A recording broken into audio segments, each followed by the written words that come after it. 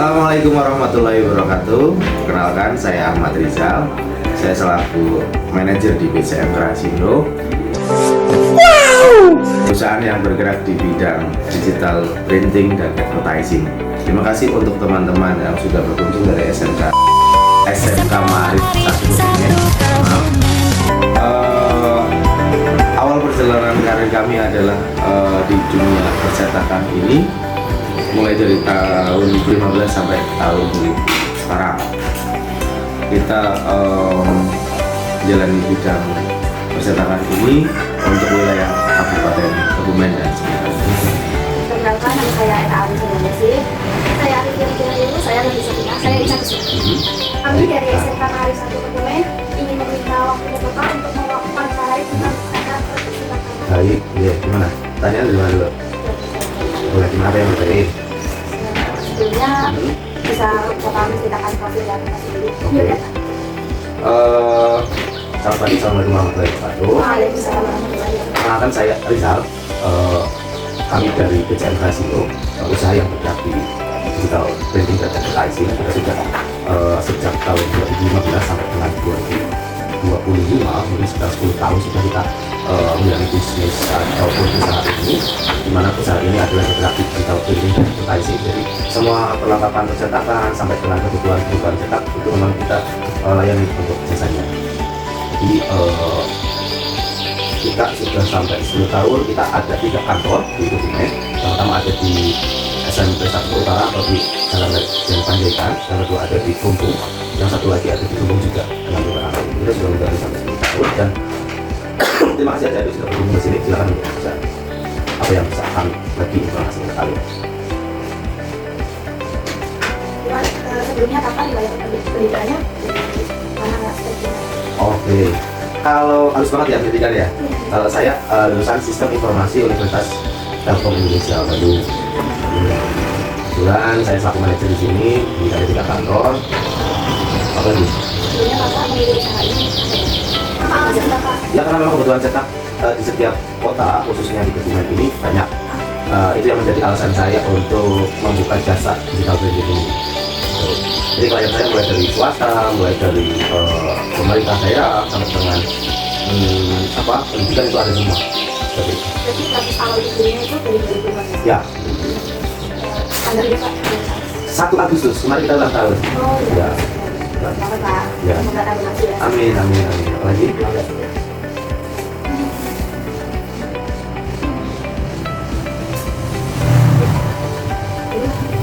Satu lagi satu. Apa sih Pak tantangan terbesar yang pernah dihadapi dalam menjalani usaha ini? Tantangan terbesar adalah digitalisasi. Itu tantangan terbesarnya sih, karena memang kalau kompetitor, karena memang jasa kita adalah jasa percetakan, ketika semua digitalisasikan, itu yang menjadi ancaman besar kita. Jadi ketika orang sudah tidak butuh lagi kertas, itu ancaman terbesar kita. Walaupun sebenarnya kita tidak bisa membendung itu. Jadi era sekarang itu juga era digital, juga era artificial intelligence, itu yang membuat kita harus nanti. Makanya tadi saya bilang, kita selain ada jasa di dunia digital printing, kita juga ada jasa advertising. Jadi ketika nantinya digital printing itu printingnya sudah jadi bebas atau sudah orang sudah nggak pakai kertas lagi, kita ada bidang usaha advertising atau periklanan yang memang membidangi di beberapa platform digital. Gitu. Nanti nggak tahu nanti di browsing aja ya, gitu ya. Lagi ya. Strategi apa yang digunakan untuk menarik pelanggan kita? Banyak strategi yang untuk menarik pelanggan itu banyak. Kalau yang jelas yang pertama kita harus update vendor ini. Jadi teman-teman itu kita punya agenda tahunan. Jadi setiap tahun itu kita bilang, misalkan di tahun baru kita catatannya kaitannya selamat hari jadi selamat 1 tahun baru, terus periode lebaran juga kita ada beberapa kemasan. Agustus kemarin kita juga beberapa produk yang memang itu harus update ya. Jadi sekarang bukan cetakan banyak, ada yang cetakan saya contohkan yang misalkan stiker bendera di TV, terus dekorasi pakai banner untuk acara event di alun-alun dan lain-lain sih. Yang jelas strateginya kita harus update. Update yang pertama mengikuti tren yang ada di gitu. Itu strategi bisnisnya. Kalau strategi yang lain-lain sih hanya kita di sini pelayanan, di mana pelayanan itu bisa memberi value ke customer. Ini baik ya. Ya itu sih. Bagaimana cara Bapak menjaga kualitas produk atau layanannya? menjaga layanan atau kualitas produk. Yang pertama itu memang dari bahannya dulu. Jadi bahan itu sudah kita formulasikan ketika ada permintaan barang keluarnya seperti apa, itu sebenarnya sudah kita skenariokan. Kalau misalkan menjaga kualitas, otomatis dari mulai bahan sampai dengan produksi sampai dengan diterima di customer itu harus sesuai SOP. Kita ada standar operasional prosedur atau SOP yang harus dijalani ketika untuk menjalankan pesanan sebuah pekerjaan. Jadi kalau dari Mas distribusikan ke Ya, ada yang ambil, ada yang kita diskusi.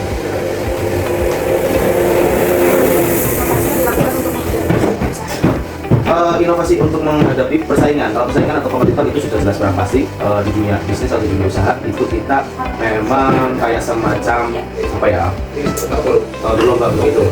Inovasi kita mulai dari pendekatan, campaign, atau kampanye atau beriklan baik di media cetak maupun online. Terus tidak hanya itu, kita juga masuk ke beberapa komunitas. Jadi dari komunitas itu biasanya nanti ada beberapa barang cetakan dari mereka, kita biasanya support di situ juga. Dari sisi pendidikan kita juga pendekatannya adalah kita support beberapa event mereka yang kaitannya cetak pun. Kalau misalkan dari sekolah nanti itu imbasnya atau ininya tag and give-nya itu kita support event mereka juga akan beberapa pesan barang cetak ke kita. bagaimana peran keluarga atau lingkungan sekitar dalam mendukung usaha? Peran keluarga harus banget itu ya, saya analisisnya nggak apa. Peran keluarga ya 100% mendukung, asal tidak mengganggu waktu yang memang apa ya, jadi kan ada dari 24 jam itu ketika dibagi 8 itu ada 3 sesi, 8 jam untuk kerja, 8 jam untuk kalian istirahat, dan 8-nya silahkan kalian bagi, membuat keluarga, membuat rekanan, atau membuat peluang usaha lain, atau buat nikah, terserah, buat healing gitu, pesan reward gitu. Nah gitu. Lanjut. Apa pengalaman paling gak bisa selama melakukan usaha itu? Berkesan maksudnya apa? Pengalaman berarti apa? Pengalaman sekarang? Berkesan apa kayak bahagianya serasa ditentukan? Apa yang kita capai selalu kita syukuri, apa yang kita terkadang tidak sesuai apa yang diharapkan selalu ada pembenahan. Itu sih prinsipnya, selalu bersyukur sih. Kalau momentum hampir saya sama teman-teman itu menikmati banyak momen.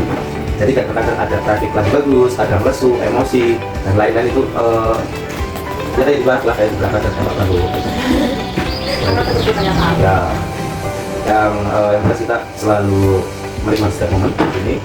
Pun kalau yang berkesan apa ya, hampir semua berkesan sih. Yang berkesan adalah ketika beberapa target yang memang urgent atau penting atau harus cepat itu bisa kita selesaikan. Momen yang paling besar itu KIE 2023 karena kita handle di semua cetakan kaitannya dengan internasional ekspor tahun 2023 yang memang 2022-2023 karena memang seluruh tiketing, seluruh kebutuhan cetaknya di Brazil. Apa harapan Bapak untuk perkembangan usaha ini? Perkembangannya semua berjalan lancar, semua baik-baik aja. Semua pun dari sisi apa ya, berjalan sih Mbak, sekarang kan harapannya sistem ekonomi yang ada di Indonesia itu baik-baik aja sih, karena memang kebijakan yang tidak luar biasa.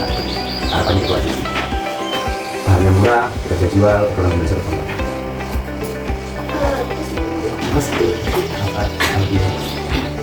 Gimana sih Pak perjalanan Bapak dari mulai awal karir Bapak cuma apa sampai bisa berdiri usaha seperti ini? Itu saya nggak tahu itu beruntung atau tidak. Saya bilang saya seorang manajer, ada owner yang memang mengajak saya untuk join di sini. Prinsipnya adalah circle atau kumpulan kalian biasanya akan konsumtif atau butuh entah itu jasa, entah itu makanan atau yang lain-lain. Ketika kalian punya ide atau punya bidang usaha, itu yang saya berangkat dari situ. Jadi ketika ada teman butuh bantuan, saya bisa mensolusikan jasa itu. Berawal dari situ, saya berkembang untuk cari potensi lainnya.